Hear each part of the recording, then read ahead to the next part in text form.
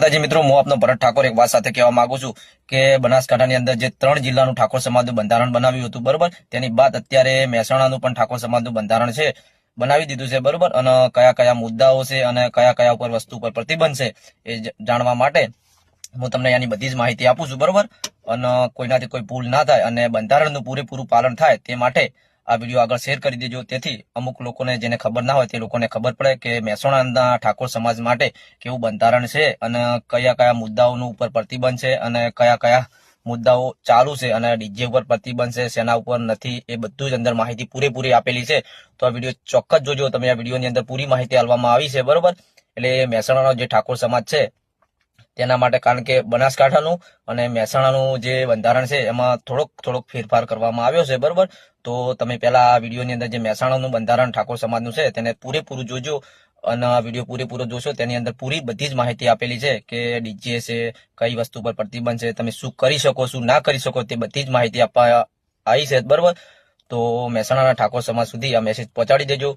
તો જય માતાજી અને જય ઠાકોર સમાજ. કારણ કે બંધારણનું પૂરેપૂરું પાલન થાય તે માટે આ વિડીયો તમારે જોવો જરૂરી છે, કારણ કે તેથી તમને ખબર પડશે કે એના અંદર શું શું માહિતી છે. તો આ વિડીયોની અંદર જે બંધારણનું તમારે પાલન કરવાનું છે તેની બધી જ માહિતી છે. તો આ વિડીયો તમને અંદર બધી જ માહિતી આપેલી છે, તો તમે જોઈ શકો છો કે શું શું માહિતી છે. તો વિડીયો પૂરો જોઈ લો અને તમને તેની અંદર બધી જ માહિતી મળી જશે.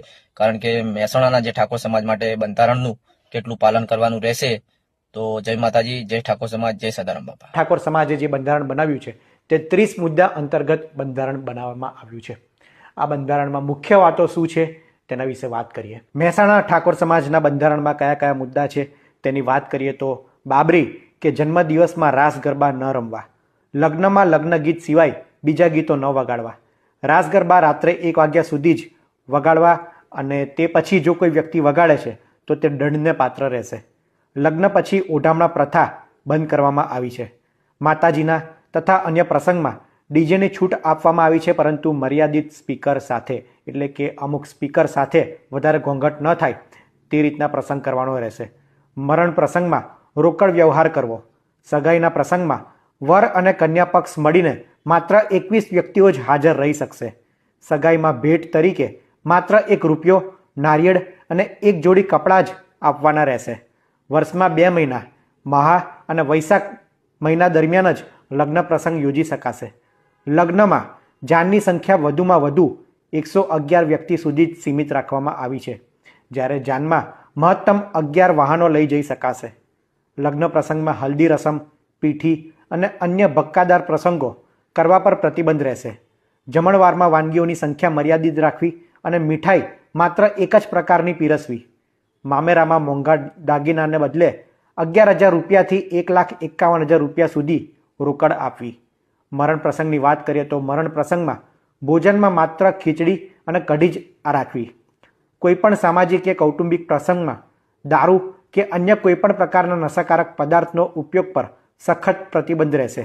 લગ્નમાં છૂટાછેડા થાય તો જે તે પક્ષનો ગુનો હોય તે પક્ષ સમાજના દંડ પેટે 5 લાખ રૂપિયા ભરવાના રહેશે, જેમાં 25,000 સમાજમાં આપવાના રહેશે. કુલ 30 મુદ્દાને આધારિત મહેસાણાના ઠાકોર સમાજનું આ બંધારણ બન્યું છે, જેમાં પ્રસંગોમાં ઓછો ખર્ચ થાય તે ખાસ ધ્યાન રાખવામાં આવ્યું છે. આ ઉપરાંત લગ્નની ઉંમરને લઈને પણ સમાજના આગેવાનોએ ખાસ ટકોર કરી છે કે અન્ય સમાજના યુવાનો એ 25 વર્ષે લગ્ન કરતા હોય છે, 25-27 વર્ષે લગ્ન કરતા હોય છે, જ્યારે આપણા સમાજના યુવાનોને પૂછીએ કે 25 વર્ષે તમારે કેટલા છોકરા છે, 3 છોકરા હોય છે, ત્યારે એમનો શું વિકાસ થઈ શકવાનો તેવી પણ વાત કરવામાં આવી હતી. એટલે કે લગ્નની ઉંમર પણ ખાસ તેમણે વાત કરવામાં આવી છે કે છોકરાની યોગ્ય ઉંમર થાય, ભણવાનું પૂરું થઈ જાય, છોકરીઓની પણ યોગ્ય ઉંમર થાય તે પછી જ લગ્ન નક્કી કરવામાં આવે તેવી પણ વાત કરવામાં આવી છે. સમાજના ઉત્થાન માટે ખૂબ સારી એ નિર્ણય લેવામાં આવ્યા છે અને સમાજના આગેવાનોએ પણ કહ્યું છે કે આ બંધારણ છે તે બધાના હિત માટે છે, ફાયદા માટે છે, બધા આનું અનુકરણ કરશો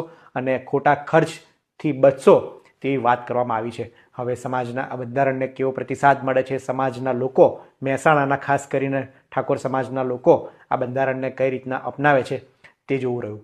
આ અંગે આપ શું માની રહ્યા છો તે અમને કોમેન્ટમાં જરૂર જણાવશો અને આવા જ ઇન્ફોર્મેટિવ વિડીયો માટે વીટીવી પંચાયત જોતા રહો. ધન્યવાદ.